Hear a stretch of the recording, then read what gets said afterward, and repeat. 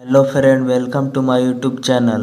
अगर आप लोग मेरे चैनल पर नए हैं तो चैनल को सब्सक्राइब कर लीजिए और बेल आइकन को भी प्रेस कर लीजिए ताकि हर एक वीडियो आप तक पहुंच सके।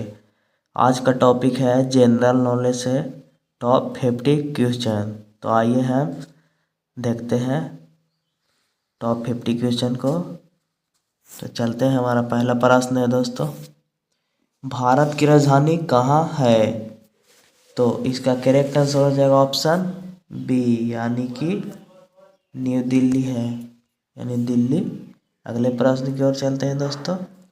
तो हमारा अगला प्रश्न है, भारतीय संविधान कब लागू हुआ था?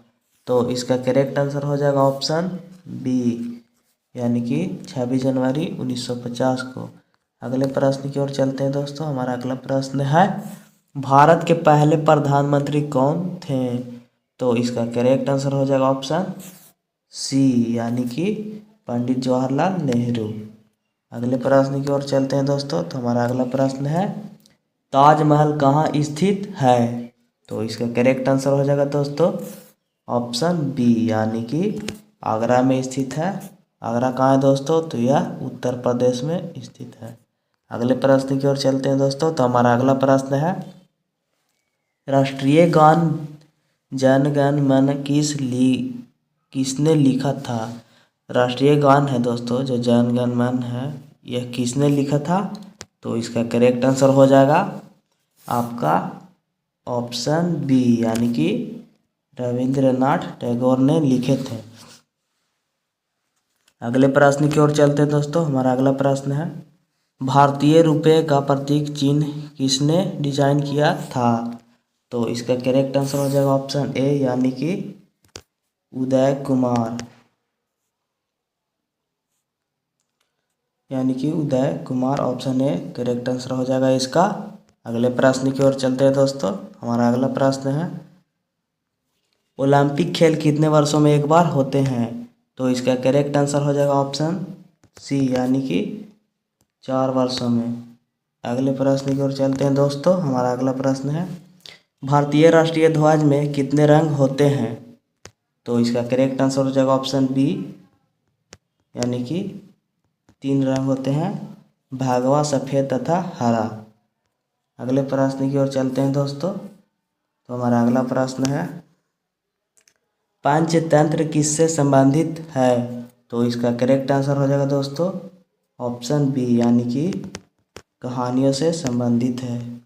अगले प्रश्न की ओर चलते हैं दोस्तों। हमारा अगला प्रश्न है, भारत का राष्ट्रीय खेल कौन सा है? तो इसका करेक्ट आंसर हो जाएगा दोस्तों ऑप्शन सी, यानी कि हॉकी हो जाएगा। अगले प्रश्न की ओर चलते हैं दोस्तों। हमारा अगला प्रश्न है, भारत की सबसे लंबी नदी कौन सी है? तो इसका करेक्ट आंसर हो जाएगा ऑप्शन ए, यानी कि गंगा नदी है। अगले प्रश्न की ओर चलते हैं दोस्तों। हमारा अगला प्रश्न है, सत्यमेव जयते कहाँ से लिया गया है? तो इसका करेक्ट आंसर हो जाएगा ऑप्शन सी, यानी कि मुंडक उपनिषद से लिया गया है। अगले प्रश्न की ओर चलते हैं दोस्तों, हरित क्रांति का संबंध किससे है? तो इसका करेक्ट आंसर हो जाएगा ऑप्शन ए, यानी कि इसका संबंध कृषि से है। अगले प्रश्न की ओर चलते हैं दोस्तों, भारत का राष्ट्रीय पक्षी कौन सा है? भारत का राष्ट्रीय पक्षी कौन सा है दोस्तों? तो राष्ट्रीय पक्षी हो जाएगा ऑप्शन ए, यानी कि मोर। अगले प्रश्न की ओर चलते हैं दोस्तों, भा भारत का सबसे बड़ा राज्य जो क्षेत्रफल के दृष्टि से आता है, सबसे बड़ा राज्य तो कौन सा हो जाएगा? तो इसका करेक्ट आंसर हो जाएगा दोस्तों ऑप्शन सी, यानी कि राजस्थान। क्षेत्रफल के दृष्टि से पूछे तो राजस्थान बताइएगा, और अगर जनसंख्या की दृष्टि से पूछेगा तो उत्तर प्रदेश आंसर इसका करेक्ट होगा। तो अगले प्रश्न की ओर चलते हैं दोस्तों। तो हमारा अगला प्रश्न है, चंद्रमा पर कदम रखने वाले पहले व्यक्ति कौन थे? तो इसका करेक्ट आंसर हो जाएगा ऑप्शन ए, यानी कि नील आर्मस्ट्रांग। इसका करेक्ट आंसर हो जाएगा नील आर्मस्ट्रांग। अगले प्रश्न की ओर चलते हैं दोस्तों, रामायण के रचयिता कौन थे? तो इसका करेक्ट आंसर हो जाएगा दोस्तों ऑप्शन बी, यानी कि वाल्मीकि थे। अगले प्रश्न की ओर चलते हैं दोस्तों, महात्मा गांधी को राष्ट्रपिता किसने कहा था? तो इसका करेक्ट आंसर हो जाएगा ऑप्शन बी, यानी कि सुभाष चंद्र बोस ने कहा था। अगले प्रश्न की ओर चलते हैं दोस्तों। भारतीय संसद के कितने सदन होते हैं? तो इसका करेक्ट आंसर हो जाएगा दोस्तों ऑप्शन बी, यानी कि 2 सदन होते हैं। अगले प्रश्न की ओर चलते हैं दोस्तों। हमारा अगला प्रश्न है, भारत में कुल कितने राज्य हैं? तो इसका करेक्ट आंसर हो जाएगा ऑप्शन ए, यानी कि कुल 28 राज्य हैं। अगले प्रश्न की ओर चलते हैं दोस्तों।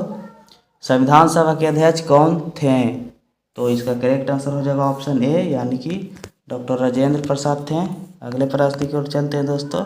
हमारा अगला प्रश्न है, शून्य की खोज किसने की थी? तो इसका करेक्ट आंसर हो जाएगा दोस्तों ऑप्शन ए, यानी कि आर्यभट्ट ने किए थे। अगले प्रश्न की ओर चलते हैं दोस्तों। हमारा अगला प्रश्न है, भारत में सबसे अधिक बोली जाने वाली भाषा कौन सी है? भारत में सबसे अधिक बोली जाने वाली भाषा कौन सी है दोस्तों? तो इसका करेक्ट आंसर हो जाएगा ऑप्शन बी, यानी कि हिंदी। अगले प्रश्न की ओर चलते हैं दोस्तों। भारत के पहले राष्ट्रपति कौन थे? तो इसका करेक्ट आंसर हो जाएगा ऑप्शन आपका ऑप्शन डी, यानी कि डॉक्टर राजेंद्र प्रसाद थे। अगले प्रश्न की ओर चलते हैं दोस्तों।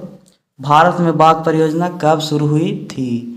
तो इसका करेक्ट आंसर हो जाएगा ऑप्शन बी, यानी कि 1973 में। अगले प्रश्न की ओर चलते हैं दोस्तों। सांप सीढ़ी खेल की खोज किस देश में हुई थी?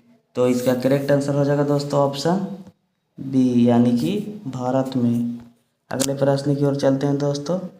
गोल्डन टेम्पल किस शहर में स्थित है?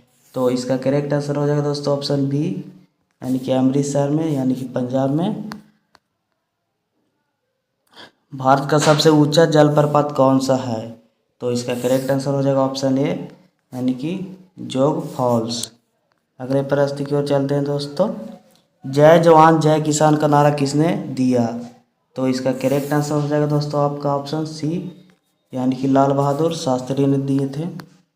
अगले प्रश्न की ओर चलते हैं दोस्तों। भारत में पहला आम चुनाव कब हुआ था?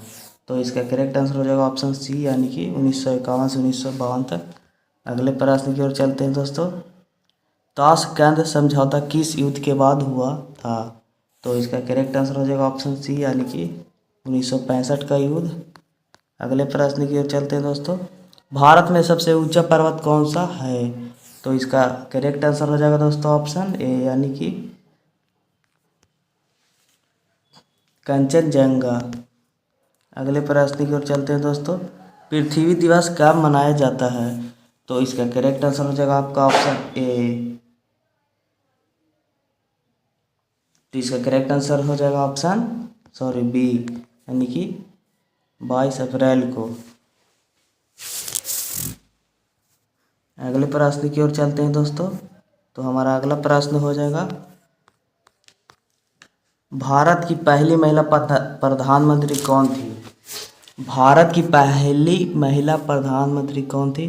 तो इसका करेक्ट आंसर हो जाएगा ऑप्शन बी, यानी कि इंदिरा गांधी। अगले प्रश्न की ओर चलते हैं दोस्तों। माउंट एवरेस्ट पर चढ़ने वाले पहले भारतीय कौन थे? तो इसका करेक्ट आंसर हो जाएगा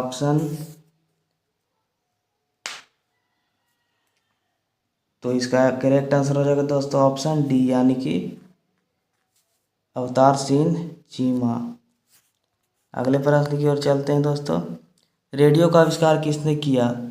रेडियो का आविष्कार किसने किया? तो इसका करेक्ट आंसर हो जाएगा दोस्तों ऑप्शन सी, यानी कि गुग्लिएल्मो मार्कोनी। अगले प्रश्न की ओर चलते हैं दोस्तों। विश्व युद्ध यानी कि द्वितीय विश्व युद्ध कब समाप्त हुआ था? तो इसका करेक्ट आंसर हो जाएगा दोस्तों ऑप्शन सी, यानी कि 1945 में यह समाप्त हुआ था। अगले प्रश्न की ओर चलते हैं दोस्तों। भारत में किस वर्ष आपातकाल लागू किया गया था? तो इसका करेक्ट आंसर हो जाएगा दोस्तों ऑप्शन बी, यानी कि 1975 में हुआ था।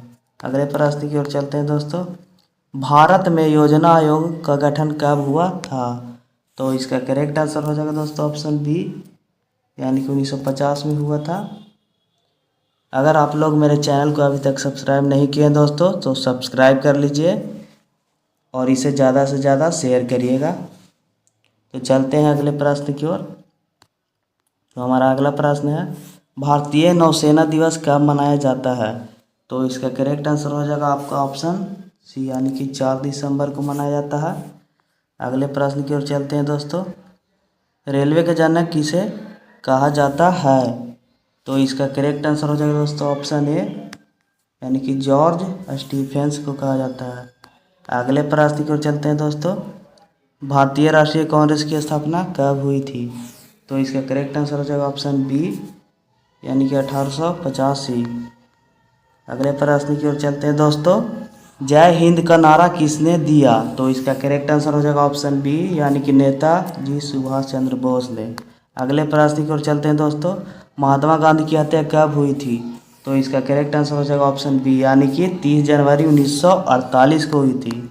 अगले प्रश्न की ओर चलते हैं दोस्तों, भारत का पहला उपग्रह कौन था? तो इसका करेक्ट आंसर हो जाएगा दोस्तों आपका ऑप्शन सी, यानी कि आर्यभट्ट।